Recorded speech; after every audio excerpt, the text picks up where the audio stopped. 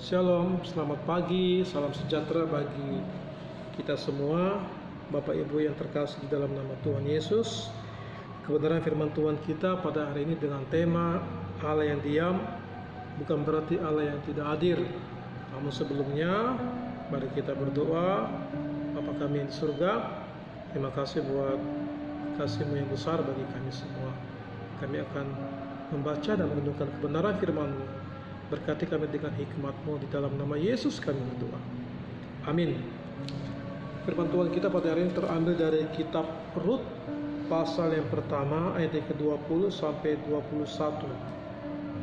Tetapi ia berkata kepada mereka, "Janganlah sebutkan aku Naomi, sebutkanlah aku Mara, sebab Yang Maha Kuasa telah melakukan banyak yang pahit kepadaku. Dengan tangan yang penuh aku pergi, tetapi dengan tangan yang kosong Tuhan memulangkan aku. Mengapakah kamu menyebutkan aku Naomi? Karena Tuhan telah naik saksi menentang aku, dan Yang Maha Kuasa telah mendatangkan malapetaka kepadaku." Puji Tuhan, ini adalah suatu kisah tentang Naomi. Kitab Rut dimulai dengan keterangan tentang bencana kelaparan yang terjadi di tanah Israel pada zaman hakim-hakim memerintah, dan bencana ini menyebabkan Elimelek dan Naomi-nya beserta kedua anaknya pergi meninggalkan Bethlehem untuk menetap di Moab sebagai orang asing dengan tujuan untuk mereka mencari makanan dan bertahan hidup di sana, ya. Namun ternyata kepergian mereka ke Moab ini menyebabkan Naomi kehilangan suami, yaitu kematian suaminya, dan kemudian kematian kedua anaknya, Mahlon dan Kilon, di ayat yang ketiga sampai 5. Kejadian dialami oleh Naomi menyebabkan ia menuduh Allah secara negatif, ya, karena kematian suaminya, karena kelaparan, karena kematian kedua anaknya. Naomi menuduh Allah secara negatif, ya. Tuduhan Naomi ini kepada Allah yang terdapat dalam pasal 1 ayat yang ke-13, ayat yang ke-20 dan ayat yang ke-21. Dan dari tuduhan yang ditujukan Naomi kepada Allah ini terlihat bahwa Naomi merasa segala kejadian buruk yang terjadi terhadap dirinya dilakukan oleh Allah.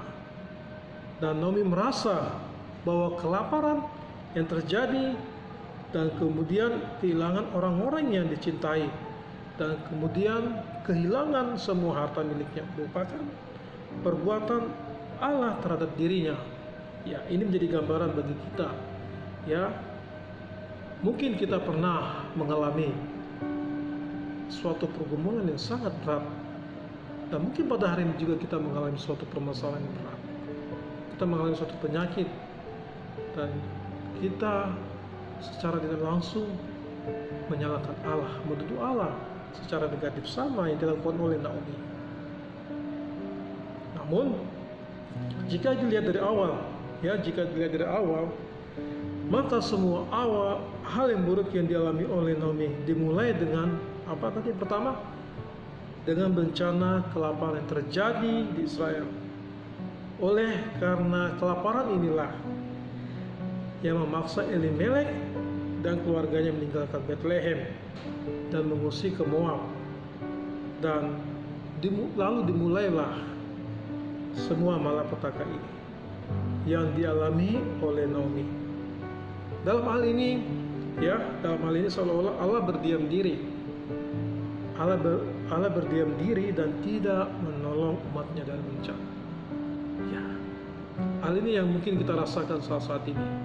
Kita sedang mengalami suatu wabah, ya, wabah virus corona, dan kejadiannya sudah bisa dibilang cukup lama, dari awal bulan Januari sampai hari ini.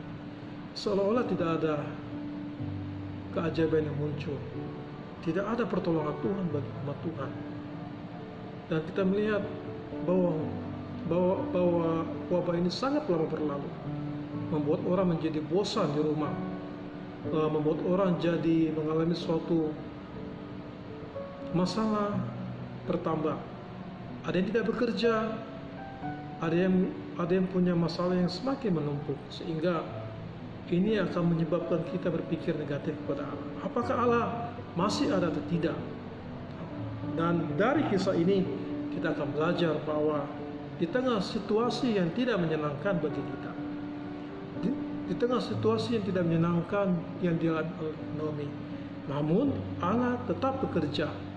Allah tetap bekerja dalam kehidupan Naomi dan juga dalam kehidupan bagi kita semua. Ya, sekalipun Allah tidak hadir dan berbicara langsung kepada umatnya dalam kitab Rut, dan seolah-olah Allah berdiam diri ketika umatnya mengalami bencana kelaparan serta tidak ada pertolongan pada saat itu.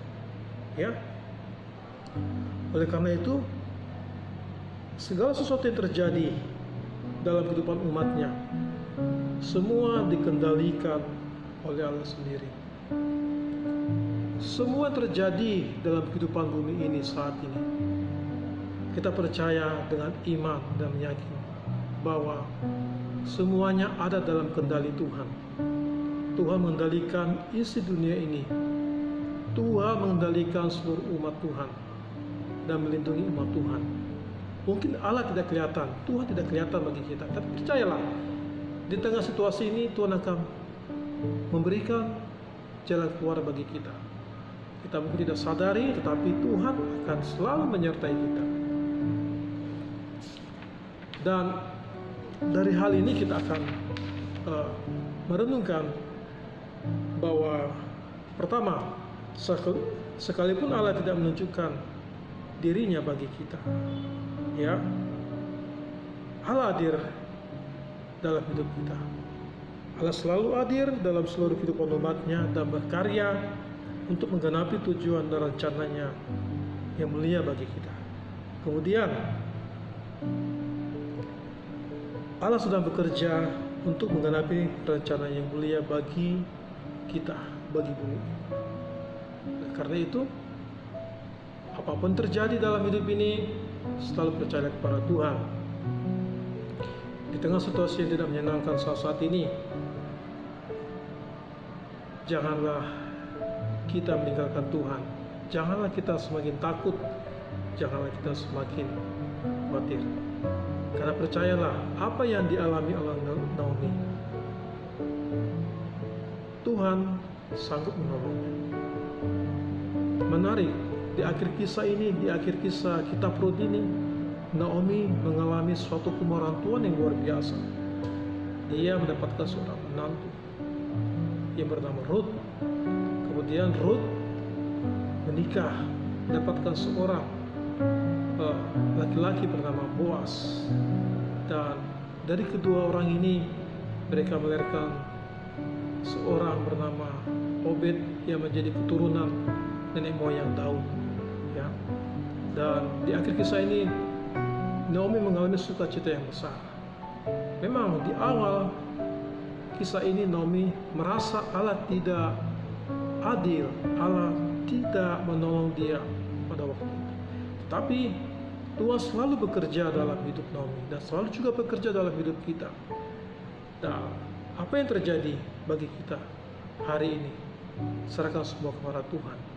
Tuhan yang akan menolong kehidupan kita semua. Tuhan Yesus memberkati kita. Mari kita berdoa. Bapa kami yang di surga, kami bersyukur buat firman-Mu pada hari ini.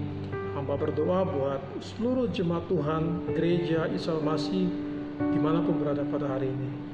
Dalam kelemahan kami Tuhan, dalam kekurangan kami, dalam pergumulan kami percaya bahwa Tuhan selalu bekerja dalam hati kami, dalam hidup kami. Tuhan tolong kami, kuatkan kami semua. Jikalau ada yang sakit, kiranya Tuhan menyembuhkan, memulihkan kami semua. Di dalam pergumulan yang berat, Tuhanlah sumber pertolongan kami. Tolong kami Tuhan dalam hidup ini, kuatkanlah iman kami kepadamu. Dalam nama Tuhan Yesus kami berdoa. Amin. Selamat beraktivitas, Tuhan Yesus memberkati kita. Amin.